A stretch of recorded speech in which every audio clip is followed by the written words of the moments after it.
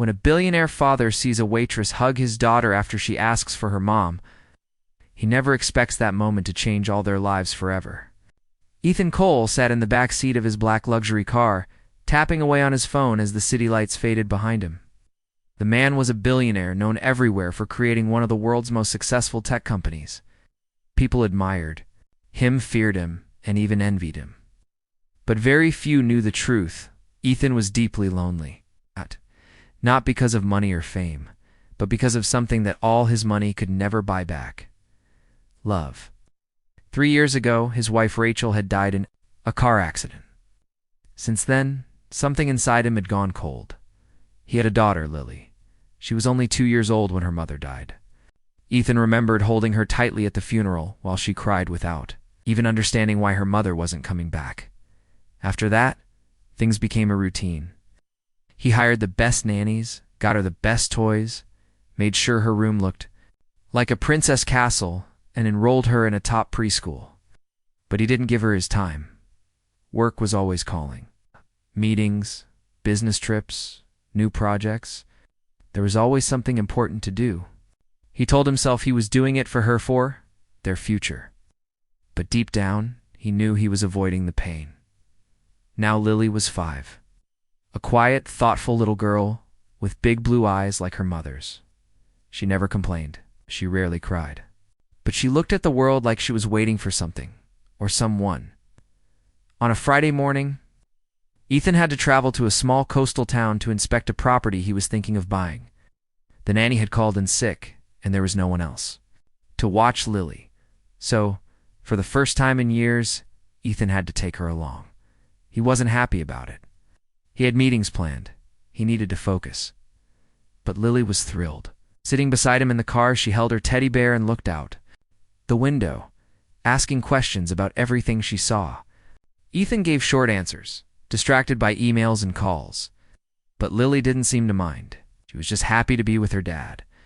After a long drive, they reached the small town. It was quiet, with charming houses, trees full of green leaves, and a light ocean breeze in the air. It was a different world from the glass towers and traffic noise of the city. They checked into a modest hotel.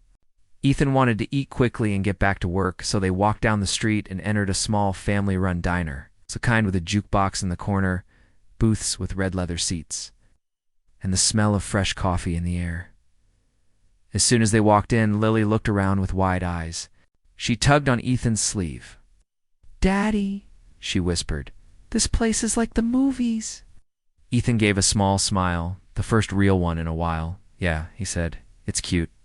They sat at a booth near the window. A friendly waitress came over with a warm smile. She looked to be in her late 30s, with kind eyes and a gentle voice. Her name tag said Sarah. "Hi there," she said, kneeling down to be eye level with Lily. "What can I get for you, sweetheart?" Lily smiled shyly.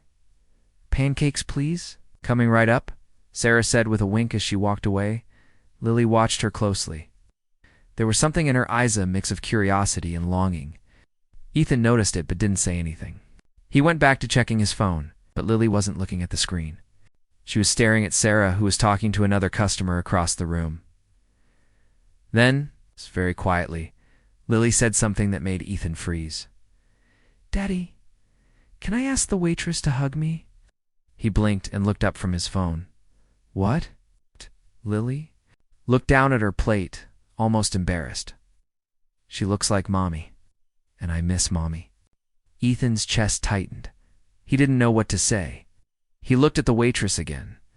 There was a softness in the way she moved, the way she smiled at people. It reminded him of Rachel in a way. He felt his throat go dry. Lily continued. No, she's not really Mommy, but just for a second. I want a hug." Ethan swallowed hard. Felt a mix of emotions, guilt, sadness, confusion. His daughter, this sweet little girl who rarely asked for anything, was asking for a hug. Not from him, but from a stranger. A woman who reminded her of the mother she barely remembered. He opened his mouth to say no. It felt strange, inappropriate even.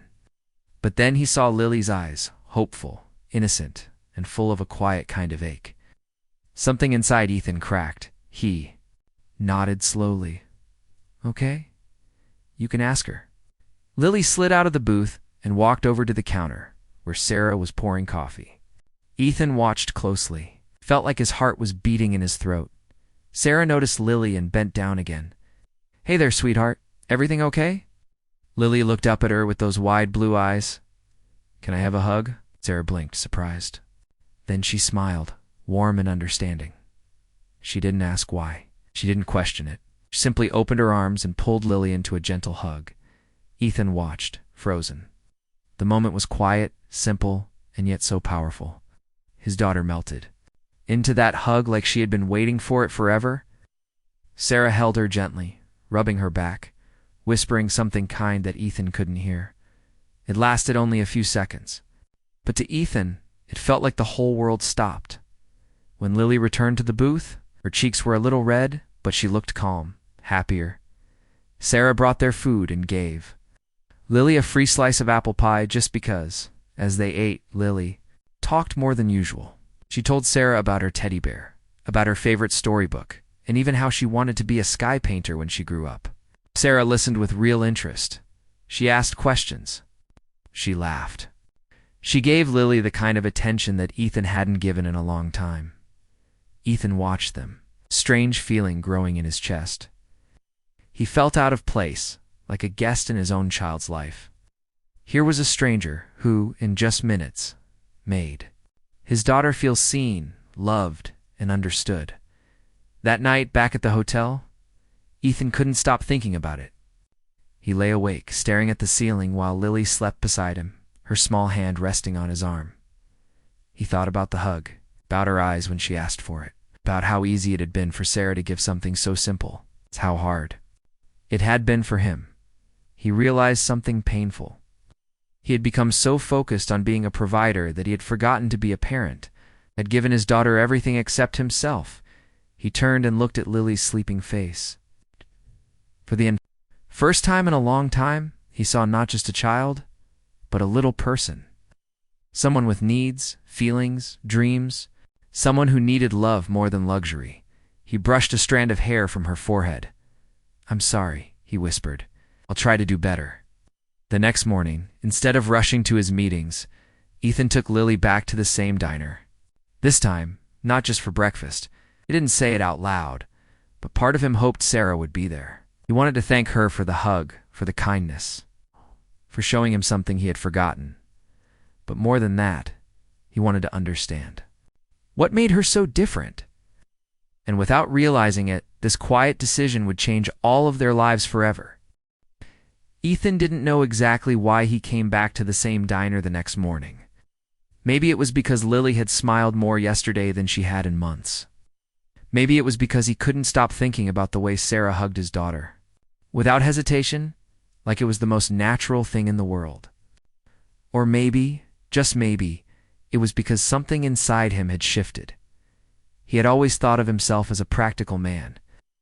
Logic first, emotions later, or not at all. But after what happened yesterday, logic didn't feel so important. Lily melted into a stranger's arms just for a second. Of comfort had shaken him in a way that even billion-dollar business deals never could. As they entered the diner again, a small bell above the door gave its usual ding, and the smell of fresh bread and coffee filled the air. The same jukebox sat in the corner, softly playing an old song. A few people were already sitting in booths, sipping coffee or reading newspapers. And there she was, Sarah, the same woman who had made his daughter feel safe with just a hug. Sarah looked up from behind the counter and smiled when she saw them. Well, good morning, she said warmly. Back for more pancakes? Lily beamed. Yes, please, and the pie. Sarah chuckled. You've got good taste, little lady. Sat down at the same booth. Ethan felt more relaxed than yesterday. Wasn't checking emails or looking at his phone. He was watching his daughter laugh and talk and feel like a kid again. Sarah came over with menus, though Lily already knew what she wanted. I'll just get a coffee and toast, Ethan said. No problem, Sarah replied, jotting it down. Before she walked away, Ethan looked up at her. Thank you for yesterday. She paused for a second. You don't have to thank me, she said. She just needed a little love. That's something every kid deserves. Ethan nodded, though he didn't really know how to respond. He felt awkward and grateful all at once. Over the next hour, Lily chatted with Sarah every time she walked by their table. She showed her a drawing she had made with crayons from her backpack. She told her about her favorite cartoon and even asked if she could be a waitress when she grew up. Sarah laughed and said, "You'd be the best one." Ethan watched quietly, feeling like an outsider in his own daughter's happiness. But it wasn't painful this time. It was eye-opening. He began to see something that had been missing from his life. Real connection. Not the kind you buy with money, but the kind you build with time and kindness. When they were finished eating, Sarah brought the bill but didn't walk away right away. She looked at Ethan, then at Lily. "You too."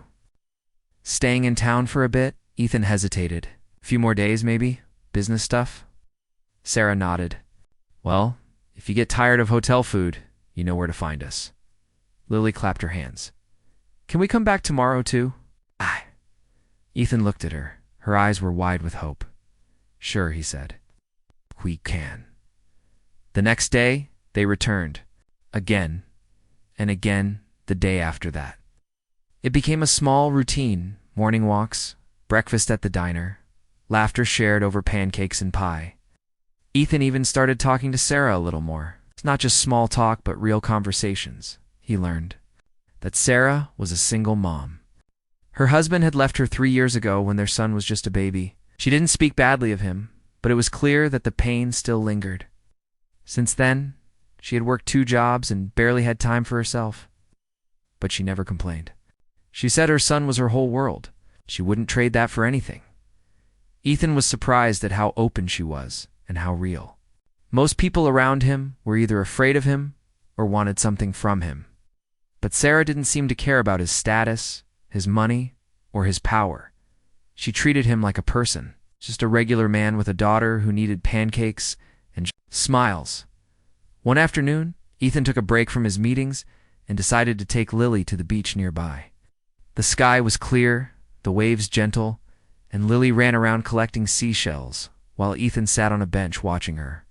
He had never noticed how free she looked when she wasn't surrounded by walls, schedules, and devices. After a while, Sarah showed up with her son Max, a 6-year-old with messy brown hair and a mischievous grin. Lily ran over to him like they were old friends. The 2 kids played in the sand, built a small castle, and laughed louder than the waves. Ethan and Sarah sat nearby, talking about everything and nothing. "Do you always work this hard?" Sarah asked, tossing a pebble into the water. Ethan gave a tired laugh. "Too hard. I thought that's what I was supposed to do. Build an empire, secure Lily's future, prove I could keep everything under control after Rachel died." Sarah looked at him gently. "But what about now? What does Lily need today?" Ethan didn't answer right away. He watched his daughter chase seagulls with Max, her face lit with pure joy. He sighed. "She needs more than I've been giving." Sarah didn't say "I told you so." She didn't say anything, just nodded. That night, back at the hotel, Lily said something that stopped Ethan in his tracks. "Daddy, I wish Sarah could be my mommy." Ethan was quiet for a long time. "I know you miss Mommy a lot." "I do," Lily whispered. "But Sarah makes me feel warm, like I belong." Ethan held her hand and promised he'd never let her feel alone. Again, the next morning, they were at the diner again. Lily was sitting at the counter, coloring with Max, while Ethan helped Sarah carry dishes from the kitchen to the tables. He didn't even notice that people were watching the rich man washing dishes with the waitress. He didn't care. Every now and then, their hands touched, and each time it felt like a small spark passed between them. He wasn't sure if she felt it too, but he hoped so. One day, a man in a suit came into the diner and recognized Ethan. He walked over, surprised to see him in a place like this. "Mr. Cole, I didn't expect to see you here. I missed you at the board meeting yesterday." Ethan looked at the man, then at Lily and Sarah. "Yeah, I've been busy. Anything I should know about?" Ethan smiled softly, "Just learning what matters." The man left. Sarah raised an eyebrow. "You're kind of a big deal, aren't you?" Ethan looked down, almost embarrassed, I guess. Why didn't you tell me? Because you were the first person in a long time who talked to me like I was just Ethan, she nodded. Well, just Ethan, thanks for helping with the dishes. He laughed. Anytime. Over the next few days, the bond between the four of them grew stronger. Lily and Max were like siblings already. He told silly jokes, made up songs, and shared every bite of pie. Ethan and Sarah found themselves spending more time together, talking late into the night, walking by the shore, even sitting in silence, which strangely felt more comfortable than words. One evening, they all sat by the beach.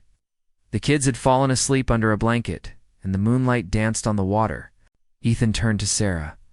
I haven't felt this, not peaceful in a long time. Sarah looked at him, her face thoughtful. Me neither. Do you ever think about starting over? He asked. She smiled, but it was a guarded smile. Sometimes, but I'm scared. Life hasn't exactly been kind. I'm scared too, Ethan admitted, but maybe we could be less scared, together. She didn't answer right away. Instead, she leaned her head on his shoulder. That was enough for her. Now, but even as their hearts started to open, life wasn't done testing them. A storm was coming, not from the sky, but from the world Ethan had tried to leave behind. And when it arrived, it would challenge everything they had begun to build. For now, though in that moment under the stars, a billionaire, a waitress, and two sleeping children shared something far more valuable than money or success. They shared a beginning. Ethan had never imagined that a simple coastal town, a small diner, and a single mother could change his world so completely. For years, his life had been filled with meetings, interviews, expensive dinners, and powerful people. But in just a few days, everything had slowed down. Now he was waking up early to take his daughter to the beach, helping wash dishes at the diner, and laughing more than he had in years. He didn't miss the city, the suits, or the boardroom. For the first time in a long time, he felt something. Real peace, warmth, maybe even love. He had started staying longer in the town than he had originally planned. At first, it was just for a few days, then a week, then two. Kept finding excuses to delay his return. His assistant kept calling about meetings he was missing and papers that needed signing. He kept promising he'd be back soon. But every time he saw Lily's smile, heard her giggle with Max, or felt Sarah's hand brush against his, he realized he wasn't ready to leave. The mornings at the diner had become his favorite part of the day. He would arrive early with Lily, help Sarah open up, and then sit at the corner table drinking coffee while the kids played. Sometimes, Sarah's hand would rest on his shoulder for just a second longer than necessary.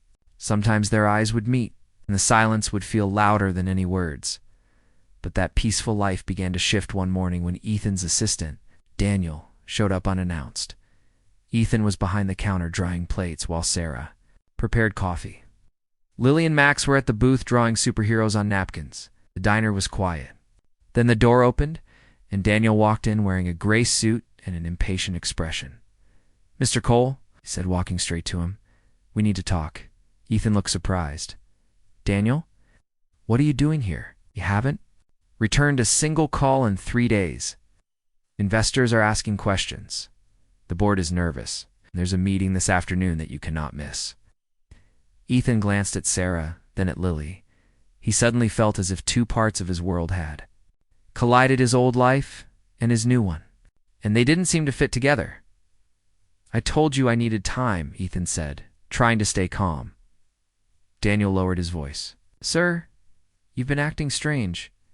Skipping meetings, staying in a small town, working at a diner. Gosh, this isn't you. Ethan looked down at the towel in his hand. Maybe this is me now, Daniel sighed. If you don't come back today, the board will call a vote. They're talking about replacing you. Ethan froze. He had built that company from nothing. It was his life's work. The idea of losing it felt like losing a part of himself. But then he looked over at Lily, who was laughing as Max showed her a drawing. And he looked at Sarah, who gave him a small, worried smile. He realized that maybe what he thought was his whole life wasn't. He told Daniel he needed time to think. Daniel left, frustrated, warning him that time was running out. That night, Ethan walked along the beach alone. His mind was full of noise. Could he really walk away from his company? Would people think he was weak, irresponsible? Or would they understand that he was choosing his heart over his career? He sat on a piece of driftwood, looking out at the ocean. When Sarah joined him, she sat quietly for a while before asking, "Are you okay?" He nodded, but the truth was, he wasn't sure. "I've spent my whole life working to build something. I'm thinking about giving it all up, and I don't know if that's brave or stupid." Sarah looked at him gently. "Maybe it's both. But sometimes the bravest thing you can do is start over." They sat in silence, watching the waves crash against the shore. Then Ethan turned to her and asked something he hadn't dared to ask before. "Do you think we could ever be something more, you and me?" Sarah didn't answer right away. She looked down at the sand. "Ethan, I like you.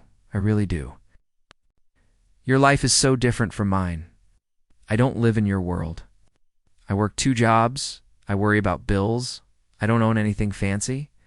I don't even know if I fit into your life." Ethan reached for her hand. "You fit into the only part of my life that matters now. Lily loves you. I trust you. And being here with you, it makes me feel like I finally found something real." Sarah's eyes softened. "It's not that simple, I know," Ethan said, "but I want to try." She squeezed his hand and whispered, "Me too." The next day, Ethan made a decision. He would go back to the city, but only for one day. He needed to face the board and make things clear. He would either step down or take control in a new way. But he didn't want to live the way he used to anymore. He kissed Lily goodbye and promised to be back the next evening. Sarah gave him a quiet nod, and for the first time, Ethan didn't feel afraid to leave. He felt stronger, like he had something to fight for. When he returned to the city, everything felt loud and gray again. The tall buildings, the noise, the flashing lights, they no longer excited him. He walked into the boardroom wearing jeans and a simple shirt, not the expensive suits he used to wear. The room was full of serious faces. One of the board members stood up. "Mr. Cole, your absence has raised concerns. Investors want answers. We need to know, are you still committed to this company?"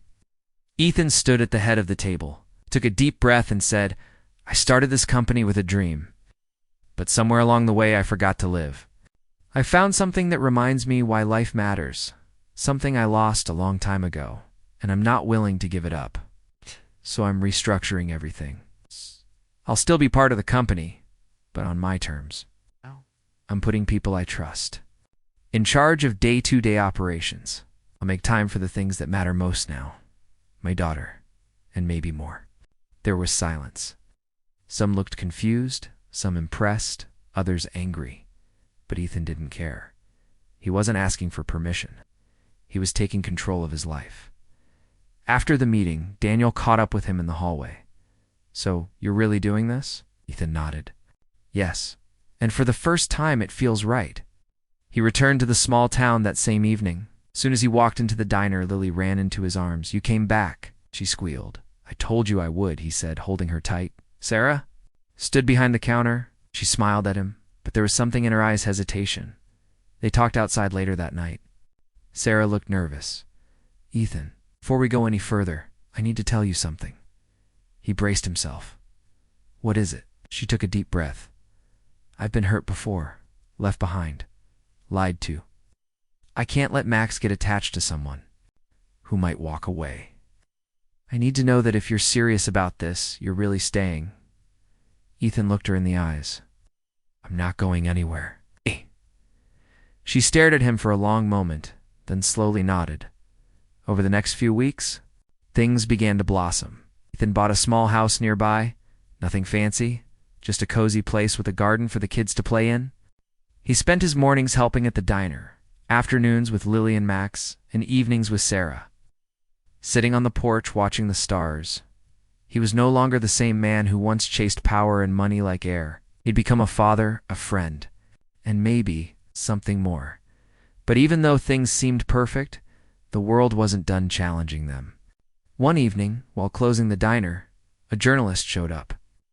She had heard rumors about the billionaire hiding out in a small town with a waitress. She wanted the story. Ethan politely asked her to leave. But the next morning, the story was everywhere. Photos of Ethan washing dishes, sitting with Sarah, holding Lily's hand. The headline screamed, "Billionaire Dad Finds Love in Small-Town Diner." People began to whisper. Customers came just to see them. Sarah felt exposed. Strangers asked questions. Reporters waited outside. Sarah began to pull away. "I didn't ask for this," she told Ethan. "I didn't sign up to be in the spotlight." "I'm sorry," Ethan said. "I should have protected you better." But Sarah was afraid. It's not of Ethan, but of the world he came from. She didn't want her quiet life turned into news. She didn't want Max to be chased by cameras. Ethan felt helpless. He'd worked so hard to build something real, and now his past was ruining it. He knew he had to do something big, to prove that this wasn't just a short escape for him because he didn't just love Sarah. He needed her, and now he had to show her just how serious he really was. The days after the story broke in the media were not easy for anyone. The peaceful town that once felt like a secret little world had now become the focus of attention. Reporters and curious people from other cities started visiting, hoping to see the billionaire living a normal life or to catch a glimpse of the woman he had fallen for. Every corner of the diner seemed to have eyes.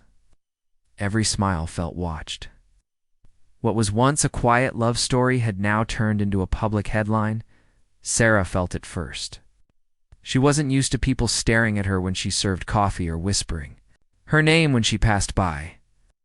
Customers no longer came for the pancakes or the coffee. They came to take pictures, to ask questions, or just to sit at a table and stare. She tried to stay calm, but it was impossible not to feel overwhelmed. Wasn't famous. She was a single mom who had worked hard to keep things simple for herself and Max.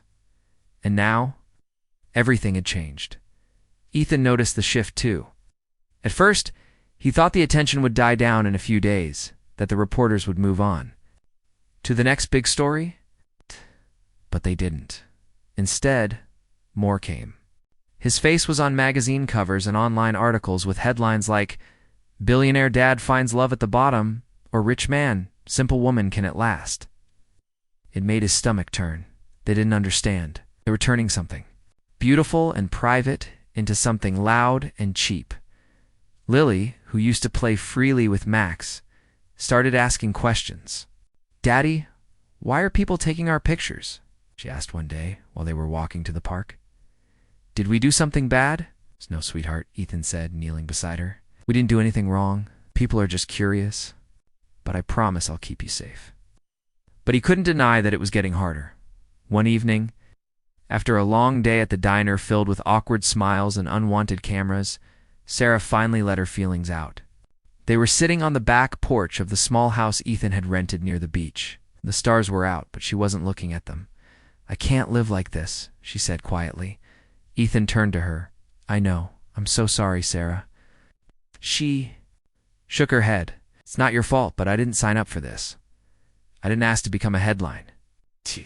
I didn't want Max to grow up with people following him, watching him. I don't want my son to feel like a story." Ethan reached for her hand, but she pulled away gently. "Ethan, I care about you. I really do. But I've worked too hard to protect Max's peace. I won't let anything take that away from him, not even love." His heart dropped. "So what are you saying?" "I think you need to go," she whispered, tears in her eyes. "At least for now. It's too much. It's not just about feelings. It's about what's right for our children." He tried to argue, to promise her that he'd fix everything. But deep down, he knew she was right. No matter how much he loved her, he couldn't ask her to sacrifice her quiet life for his messy world. That night, he held Lily a little tighter. She didn't know what was happening, only that her daddy seemed sad. "Will we still see Miss Sarah and Max?" she asked softly. "I hope so," he said, brushing her hair back. But sometimes love means giving someone space. The next morning, he packed a small bag. Before leaving, he stood outside the diner and looked through the window. Sarah was behind the counter, tying her apron. Max was sitting at the usual booth. It looked like any other day. But it wasn't. Something had changed. Something beautiful had been broken. Out of anger, not out of betrayal. but simply because life had made it too hard to hold on to. He got into the car, glanced at the rearview mirror where Lily was quietly playing with her stuffed rabbit, and drove away from the town that had healed him. It hurt more than he expected. Back in the city, everything felt dull again. The lights were bright, the streets were busy, but nothing felt alive. He returned to his office, where people clapped when he walked in. They thought he was back for good, ready to return to the world of business. But his heart wasn't in it. He sat through meetings, nodded during presentations, but his mind kept drifting. He missed the smell of fresh coffee at the diner, the sound of waves at night, the way Sarah laughed when she was tired, but trying to be strong. He missed Lily running around freely, Max's superhero drawings, and the feeling of being normal.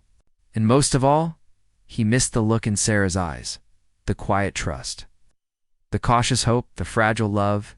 He tried to hide his sadness, especially from Lily.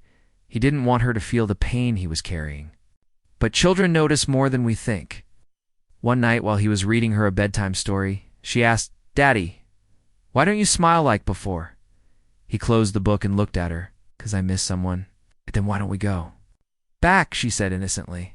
"If you miss her, just say sorry." "It's not that simple, sweetie," he said, kissing her forehead. But the truth was, she had a point. In the days that followed, Ethan tried to think of ways to make things right. Not just by going back, but by fixing what had gone wrong. He realized that the problem wasn't only that the media had found them, it was that he hadn't protected Sarah and Max from it. He had failed to build a wall around the life they were creating, so he made a plan. He called his lawyer, his publicist, and even some of the media companies that had published the story. He asked them to remove the photos and promised to take legal action if they didn't. He gave interviews where he refused to speak about Sarah, insisting that his private life should remain private. Slowly, some of the noise began to fade. He knew that wasn't enough then. He did something he had never done before. He asked for help from his foundation, the one he had built to support single parents and children in need. He told them to start a new program in the small town where Sarah lived. He didn't attach his name to it. He didn't make it public. Simply wanted to give back, to improve the town's schools, support working mothers, and offer scholarships to children like Max. He wasn't trying to bifurcateness. He was trying to become the kind of man Sarah deserved, the kind of man who didn't just say "I love you," but showed it in every action. Weeks passed. Sarah started to notice that things were becoming quieter. The reporters were gone. Stares had faded. The town was slowly returning to its peaceful rhythm. She also heard rumors about a new education program in the area, one that had helped repair the broken roof of the school and offered free lunch to children. No one knew where the money had come from. She had a feeling. One evening, Max came home from school with a note. He handed it to Sarah and said, "It's from Mr. Ethan." Her hands shook as she opened the letter. It was short and simple. "Sarah, I miss you. I miss the diner. I miss Max's drawings and your coffee and the way you look when you're trying not to laugh. I know I made things messy, and I don't expect you to forgive me easily, but I'm trying to do better. Not for you, not for me, for us. If there's still an us, I'll be at the beach tomorrow at sunset. No pressure. No promises. Just hope." Ethan, she read it twice, then 3 times. Her heart was racing. For weeks, she had told herself it was better this way. But every night, she had looked at the empty spot beside her and missed his voice. Every time Max said, "I wish Mr. Ethan was here," she had felt a sting. She had tried to be strong, but love doesn't always leave when you tell it to. Sometimes it just waits quietly in your chest. The next day, as the sun began to fall, Sarah stood at the edge of the beach, holding Max's hand. She saw him from far away. He was sitting on the same driftwood they had sat on before, staring at the waves. She walked slowly toward him. He turned and saw her, and for a second, neither of them said anything. Then Max ran to him and jumped into his arms. Ethan held the boy tightly. "I missed you, buddy." Sarah stood a few feet away, arms crossed, trying to be careful. "So, fixing the school roof, is that you?" Ethan smiled. "Maybe." She rolled her eyes, but she was smiling too. You didn't have to do all that. I know, he said, standing up. But I wanted to. I needed to. Not because I want to impress you, but because I want to be part of this town, of your life, if you'll let me. She looked at him quietly. It's still not going to be easy. I'm not afraid of hard, he said. I'm only afraid of not trying. She stepped closer. Max was already running back to the water, chasing the waves. Sarah reached for Ethan's hand. This time, she didn't pull away. I missed you too, she said. He leaned in, and for the first time in weeks, they kissed. Not like a fairy tale ending, but like a beginning, a real one, with all its mess and magic and uncertainty. Because love, when it's true, doesn't need perfect conditions, just needs two people willing to fight for it. And in that moment, as the sky turned orange and the waves whispered at their feet, they knew they were ready. Life didn't magically become perfect after Sarah and Ethan reunited. The beach, the sunset, and the quiet promise between them were beautiful, but they were just the beginning of something deeper. Love, especially love with a past, with children, with pain, takes time. But this time, they were willing to give it everything they had. After that evening, Ethan decided not to leave town again. He wanted to stay in it just as a visitor, but as someone who belonged there. He rented a small home nearby, close enough to see Lily every day, and close enough that Sarah and Max didn't feel rushed or crowded. He didn't want to move too fast. He just wanted to be present, wanted to build, not rush. Sarah had doubts at first. She didn't know if this quiet life of hers could really mix with someone like Ethan. A man who still got calls from business partners and whose face sometimes popped up on news channels. But day by day, he proved her wrong. Stopped taking unnecessary meetings. He handed more control of his companies to his trusted team. He learned how to say no. And he learned how to say yes to the things that really mattered. Some mornings, he would surprise Max with a new set of colored pencils or a superhero lunchbox. Other times, he'd show up at the diner, not in a suit, but in a hoodie, offering to wash dishes when it got too busy. The regulars stopped treating him like a billionaire and started treating him like a neighbor. Slowly, the gossip faded, and he became just Ethan, the guy who made Sarah smile and who always ordered extra pancakes for Lily. Lily and Max became almost inseparable. They went to the same school now and sat next to each other in class. On weekends, they built sandcastles, rode their bikes, and even made a secret kids club in the backyard with a blanket fort and walkie-talkies. Watching them grow together was something Ethan and Sarah both cherished. It reminded them what really mattered: love, family, and little moments. Ethan's relationship with Max grew stronger too. At first, Max was shy. He liked Ethan, but he wasn't sure how to feel. After all, his whole life had been just him and his mom. But Ethan didn't force anything. He listened to Max's stories, helped with school projects, and once even dressed up as a goofy superhero for Max's school play. That was the day Max called him Ethan Dad for the first time. And that small moment meant more to Ethan than all the awards he had ever won. Sarah watched all of this with quiet amazement. Every fear she had started to melt away. She had never expected love like this, but after all she'd been through. She'd almost given up on the idea of a complete family. But now, there it was, growing right in front of her, not because she chased it, but because it had gently walked into her life and stayed. One evening, Ethan took Sarah to the beach again. It was the same spot where they had first kissed. The sun was setting, the sky was golden, and the waves were soft. They sat on the driftwood like before, watching Lily and Max draw shapes in the sand. I have something for you, Ethan said quietly. Sarah turned toward him, surprised. What now? Another superhero lunchbox? He laughed. No, something better. He reached into his coat and pulled out a small box. Her eyes widened. Ethan, she whispered, heart racing. He didn't kneel. He didn't make a speech. It just opened the box and showed her a simple ring with a small ocean blue stone. This isn't about money or a big gesture. It's about this life, the life we've built. I don't want to go another day without knowing that we're building it together. For real, forever. Not perfect, just real. Tears welled up in her eyes. For a moment, she couldn't speak. Then she nodded, smiling through her tears. Yes, she whispered. Yes, they didn't throw a huge wedding. They didn't invite celebrities or make headlines. They planned a small ceremony on the beach. Just them, the kids, and a few close friends from the town. Sarah wore a white sundress. Ethan wore a white shirt and khakis. Lily was the flower girl, and Max carried the rings in a small box he had painted himself. It was simple, it was honest, it was beautiful.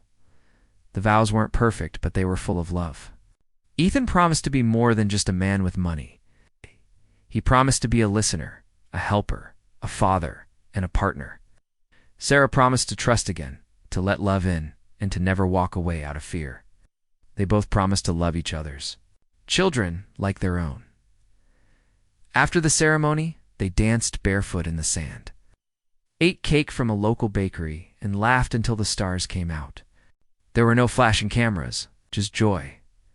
As the days turned into months, the small family grew stronger. Ethan and Sarah decided to build a community center in the town, a place where kids could play, learn, and dream, especially those from single-parent homes like Max once was. They named it the Second Chance Center. It wasn't just a building, it was a message. Ethan also started writing. It's not business reports or financial letters, but a book.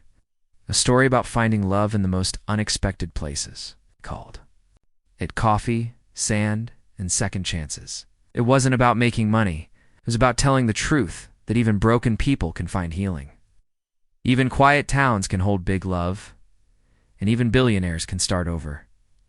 Sarah's diner became even more loved, not because of her connection to Ethan, but because people knew it was real. Her kindness, her strength, and her pancakes were now part of something bigger. One night, months later, Ethan sat on the porch with Lily in his arms. Max was inside, building something with Legos. Sarah was washing the dishes and humming softly. To herself, "Daddy," Lily whispered sleepily, "do you remember when I asked for Mommy and Sarah hugged me?" He smiled. "I remember. I think I asked for a mommy. I got one," she said, yawning. He kissed her forehead, eyes warm. He sure did. And in that moment, everything felt complete. Not because their life was perfect, but because it was theirs. A life rebuilt from pain, mistakes, second chances. And love. Ethan thought about how far he had come from a lonely man in a fancy suit to a father, playing in the sand with 2 laughing children. From a man who couldn't let go of the past to someone who now held the future gently in his hands. Sarah joined him on the porch, wiping her hands with a towel.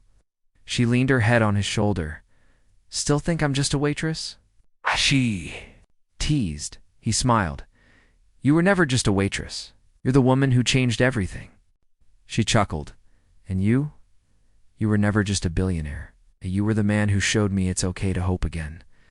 They sat there, in silence, holding on to everything they had fought for. The breeze was soft, the night calm. The kids were safe. The past was behind them. The future, uncertain as it always is, felt ready for them, because sometimes a little girl's question, a stranger's kindness, and a hug in a diner can change everything. And in that change, a new story begins, not in headlines or fairy tales, but in the quiet truth of love that refuses to give up.